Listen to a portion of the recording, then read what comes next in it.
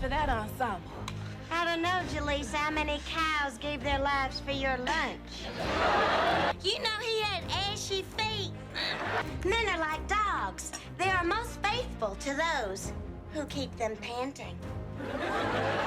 I'm thinking about your career. I don't want to see you go through life a pampered, bougie princess. Pampered, bougie princess. I'm only telling you the truth because I care about you. Well, you and your truth can kiss my Cartier. I'll pay 10 carats. And the next time you call me a pampered bougie princess, Julian, be prepared to throw down, homie. Wait, didn't you want to see me? That was then. That's your problem with me. You want what you want when you want it. If you remember Jasmine Guy as Whitley Gilbert, her real life might shock you. But money provides security. Absolutely it does. I mean, I didn't want money to go shopping. I wanted me and my kid to be okay. From hiding a man with a target on his back to divorce, money problems, and years of rumors, there's a lot to unpack. Yeah, well, I thought that the show just wasn't gonna come back because she is and was the star of that show, you know. So what really happened to Jasmine Guy? And how did she survive everything that came after Whitley? Let's get into it. Before Jasmine Guy got on a different world and had one of the most iconic romances in Black television history, Jasmine had already put in years of real work. Jasmine Chanel Guy was born in Boston in 1962, but grew up mostly in Atlanta after her family moved there.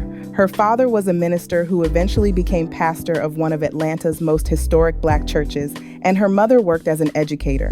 Jasmine grew up surrounded by Black excellence, Black institutions, Black professionals, and she's talked about how that environment gave her a real sense of pride growing up.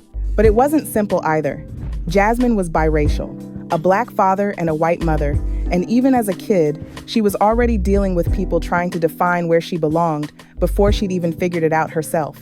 And it took me a while to adjust my ear, you know, there were several different Southern accents down there. You know, the Black kids had a way of speaking, the white people had a way of speaking, and then there was a kind of neutral tone down there. I imitated the hell out of everybody I met. By the time she was around 12 years old, she already knew she wanted to be a dancer, and she wasn't messing around about it. She trained in Atlanta, studied ballet, performed in stage productions, and by 17, she was serious enough to leave home for New York and train at the Alvin Ailey American Dance Center. Her hard work paid off.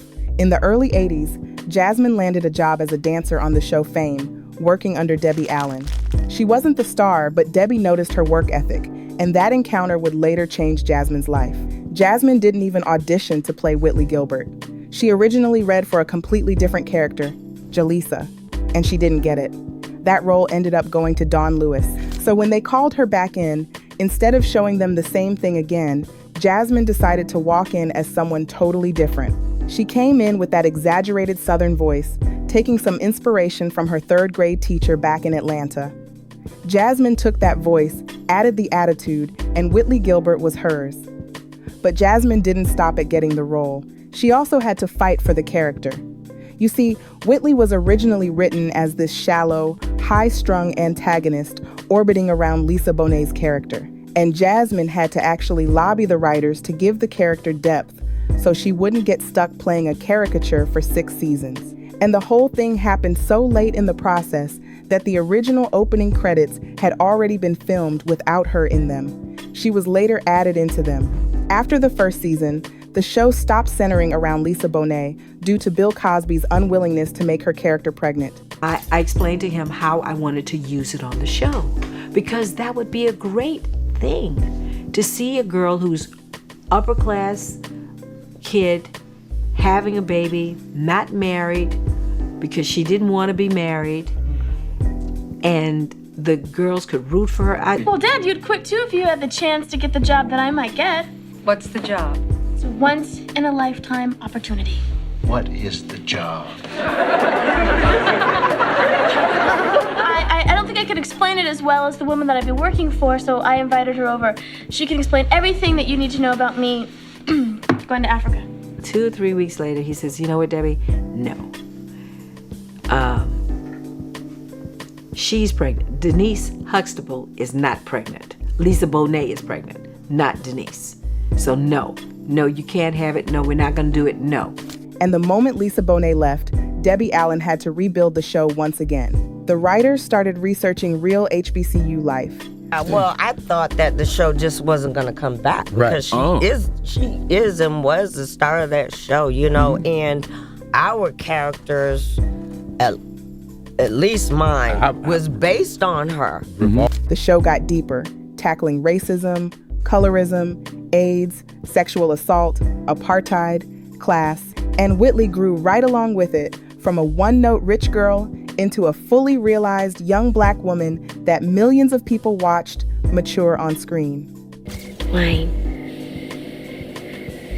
I thought that I would always be dependent on a man. I thought that's just the way it's gonna be. But you taught me how to depend on myself.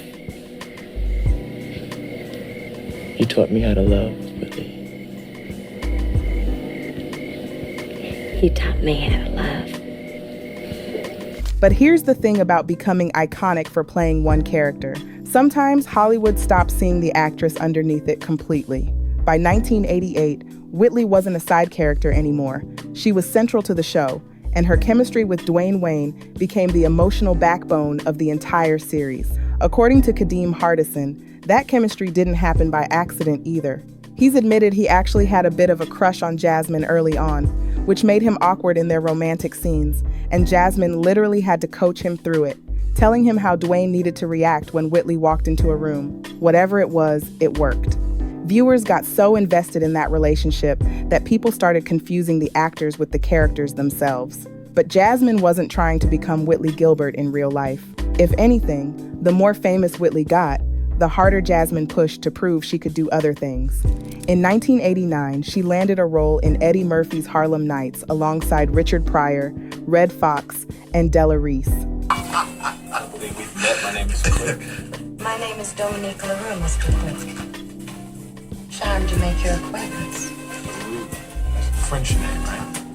Creole. Born and raised in Louisiana. And then in 1990, she made an even bigger swing. Jasmine Guy became a recording artist.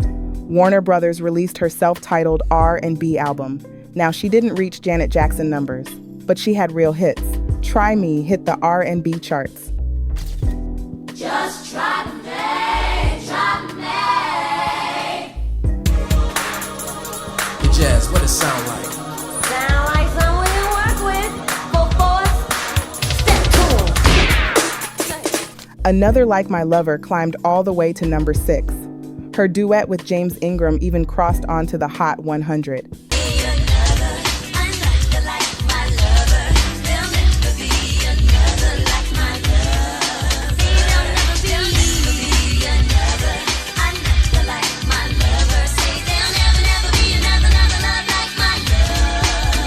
So clearly people were buying and listening to it. But here's where that old problem crept right back in. Critics couldn't separate Jasmine Guy, the singer, from Jasmine Guy, the sitcom actress. One particularly brutal review basically argued she should stick to acting, trashing both her voice and the material. And I bring that up because it shows exactly what she was up against. It's a different thing to judge a new artiste you're getting used to, but Jasmine was being judged as an actress who had the nerve to try something else. Meanwhile, A Different World was becoming a genuine cultural phenomenon, dominating among Black audiences in a way that many network shows never did. And yet, despite the ratings and the cultural weight of the show, it never won an Emmy and was never even nominated for a Golden Globe the entire run. So yes, I do feel like it was deliberate. I feel like it was racist. I know who was running NBC at the time, and I don't feel we were respected. Jasmine has talked about doing press, where hosts would ask her what it felt like to sit between higher-profile NBC shows like The Cosby Show and Cheers, as if the success of A Different World somehow belonged to the shows around it rather than to the people actually making it. Because I feel like, I feel like they always said y'all came between Cosby and Cheers, and that's why you're number 2. And when you hear that, it tells you a lot about how the industry was actually looking at that show from the outside, no matter how much the culture embraced it. But that you make that a point, that I come on a nighttime talk show with Joan Rivers or Dennis Miller, and that's the first thing out your mouth. Well, how does it feel to be between Cosby and Cheers? And sometimes I didn't know how to answer it. And Dennis Miller even said to me, that was a horrible lead. Yes. What? By season 5, people behind the scenes started leaving. Cast members departed, key writers and producers moved on, and a new group of younger students entered the world of Hillman. One of them was a young actress named Jada Pinkett. Jada came in playing Lena James. And that one casting choice was about to connect Jasmine Guy to one of the most dangerous, high-stakes situations of her entire life. Because Jada had a best friend from Baltimore who was blowing up at almost the exact same time. His name was Tupac Shakur. Girl, we got a surprise for you. What? Play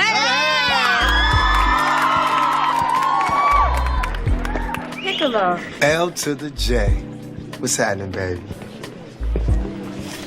Tupac eventually guest starred during the final season, and because he was so close with Jada, the three of them started spending time together. But that friendship put Jasmine in the middle of something that had nothing to do with television at all. On November 30th, 1994, Tupac was robbed and shot multiple times at a recording studio in Manhattan. Jasmine and Jada tried to visit him in the hospital, but he was already gone. According to Jasmine, Tupac didn't feel safe there. Anyway, so when he got shot, it was about 3 or 4 months later, and I went to New York with Jada and thought we were going to the hospital, to Bellevue, but he had left already. Okay. I said he was shot 5 times and he's not here, you know. He had just survived an attempt on his life and genuinely believed staying in a hospital made him an easy target. Right. Well, he didn't feel safe there, you know. He did just get shot. He doesn't know, he felt like a sitting duck.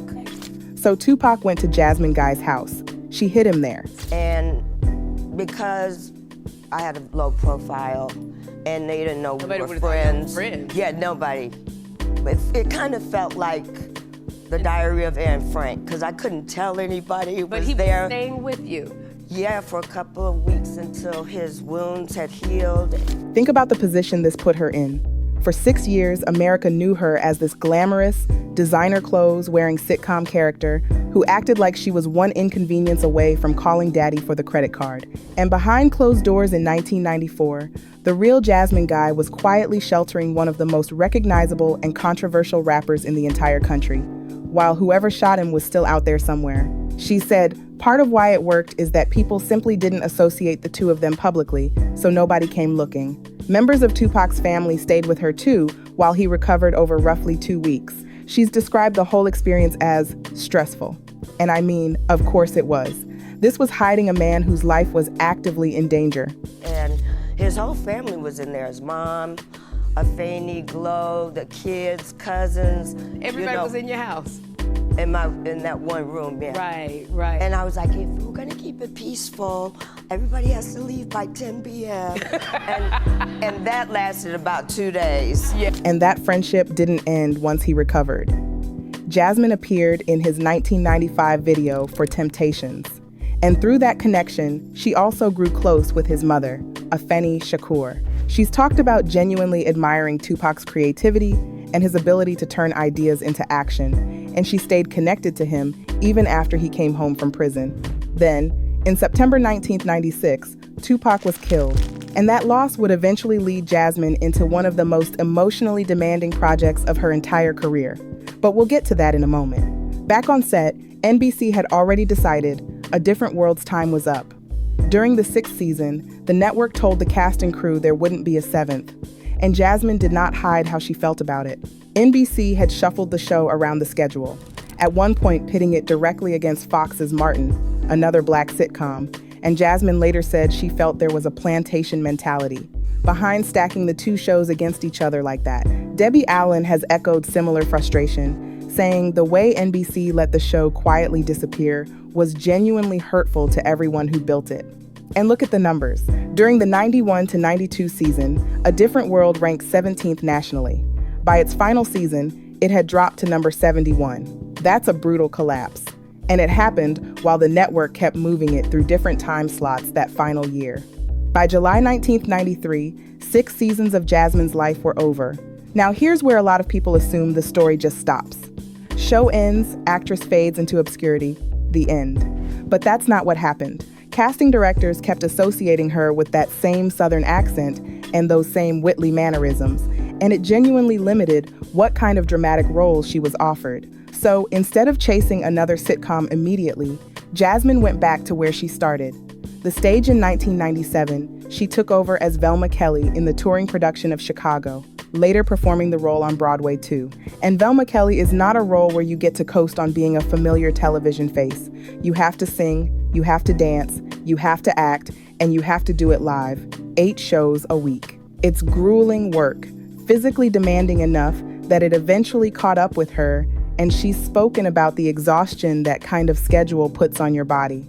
Her personal life was shifting too. In August 1998, she married Terrence Duckett, and in March 1999, they welcomed their daughter, Imani. Becoming a mother changed how she looked at everything. Suddenly, it wasn't just about ambition anymore. There was a child to think about, and running herself ragged through Hollywood started carrying a different kind of cost. But she kept working. Television movies, voice work, and in 2003, a substantial role as Roxy Harvey on Showtime's Dead Like Me, which even earned her an NAACP Image Award nomination. And for about 7 years, she was quietly sitting down with Afeni Shakur, talking, recording, listening. Afeni had been a member of the Black Panther Party, survived addiction and poverty, and lived through an enormous amount before and after losing her son. So those years of conversations eventually became Jasmine's 2004 book, Afeni Shakur, Evolution of a Revolutionary, an oral history built from real, intimate conversations about race, politics, addiction, motherhood, and grief. But while Jasmine was helping document somebody else's complicated life, her own life was about to get complicated too. In 2008, after roughly 10 years of marriage, Jasmine filed for divorce from Terrence Duckett, citing irreconcilable differences. Her representative made a point of saying there was no villain in the split, and Jasmine asked for privacy while they sorted things out. But the financial fallout was ugly. Court documents from 2009 revealed Jasmine had filed for Chapter 13 bankruptcy as the couple dealt with serious accumulated debt, with reports putting her back taxes and penalties at more than $123,000. And there's something almost cruel about that contrast if you think about it. For years, America watched Jasmine play Whitley Gilbert, designer wardrobe, wealthy parents. Meanwhile, the real woman behind that character was in bankruptcy court trying to make sure she and her daughter were going to be okay. And it didn't stop there. In 2011, American Express filed suit alleging she owed more than $86,000 on an unpaid credit card balance. That's just what was alleged in the filing, not a confirmed outcome. But it shows how much financial pressure she was under during that stretch. Then, in 2012, more court documents surfaced showing Duckett had been ordered to pay $1,469 a month in child support, and Jasmine alleged he'd stopped paying back in 2010, claiming he owed her close to $40,000 by the time she went back to court. Baby, that is a very different world than the one Whitley Gilbert lived in. But something important happened in the middle of all that. Jasmine went home. After the divorce, she and Imani relocated to Atlanta, the city she'd grown up in. And instead of treating that move like some kind of retreat, Jasmine built an entirely different kind of artistic life there. She got frustrated with the same narrow, stereotypical roles Los Angeles kept offering her, and she leaned harder into theater, directing, and regional work instead. In 2010, Kenny Leon's True Colors Theater Company named her producing director, a full-time role handling both artistic and administrative work. So now, she wasn't just sitting by the phone waiting for someone in LA to pick her for something. She was helping choose the stories, developing productions, creating opportunities for other performers. Kenny Leon's True Colors Theater Company is back and bringing the Broadway hit The Mountaintop to Atlanta. Directed by Jasmine Guy.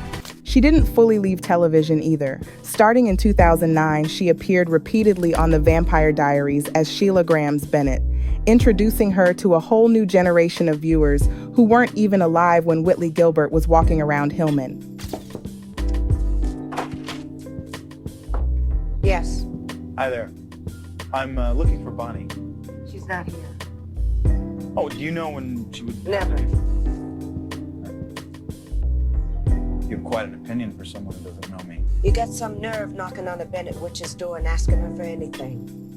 What did I do? Spirits talk, Mr. Salvatore, and so does my granddaughter. You are no friend to us. Now get off my porch. Step outside and say that.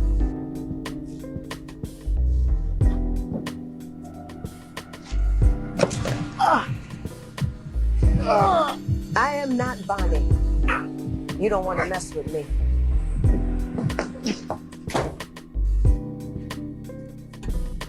And then there were the rumors. For years, stories circulated online claiming Jasmine was seriously ill, specifically that she had lupus. Eventually, she had to address it herself, publicly stating she did not have lupus and never had. By 2021, she was back in a prominent role, playing Patricia on the Prime Video series Harlem. And around that same time, in interviews, she made it pretty clear her career was never about chasing another network sitcom or measuring herself by Hollywood's idea of relevance. So what do I think about all of this? I think Jasmine Guy is proof of what it looks like to actually bounce back. She survived being famous for one character, lost one of her closest friends, went through a divorce and real financial trouble, raised her daughter alone, and kept creating even when nobody was watching. And in January 2024, more than 4 decades after she first showed up on television, Jasmine won the first Emmy of her career. Then, in 2026, she went back to Hillman, stepping into Whitley Gilbert one more time on her own terms, in the city she chose to call home.